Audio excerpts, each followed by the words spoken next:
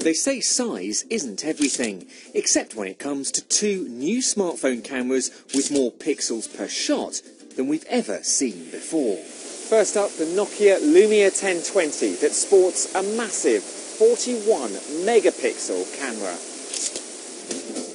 The advantage of having so many pixels, says Nokia, is not so we can print cathedral-sized posters, but to let you zoom in 3 times without the loss of image quality, and 25 times once the shot's taken.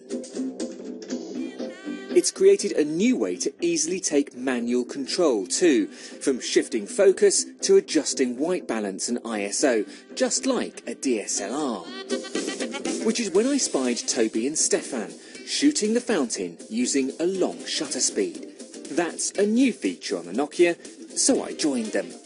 To help keep my 3-second shot steady, the 1020 has 5 tiny motors inside, making 50 adjustments a second. But there was a slight problem. And I've just got a white frame. Clearly, the image that I'm trying to take is simply too bright for a long shutter speed, and I don't have control over the aperture. Digital SLRs, one up.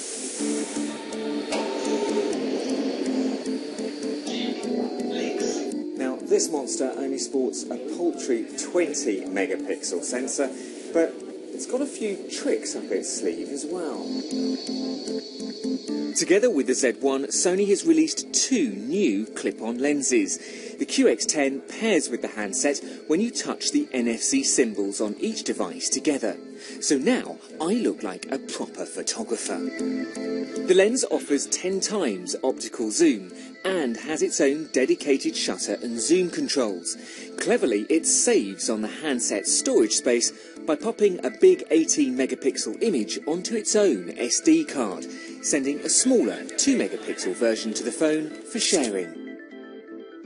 Because the lens is essentially a camera in itself, we only use the phone to see what it can see, so we can move the lens up to 10 metres away from the handset and use the Wi-Fi connection to get some really interesting angles. Even on its own, the Z1 seems as good as a compact, with some natty features, when the software behaves itself. In time burst mode, from the moment you start the camera, the sensor begins saving images.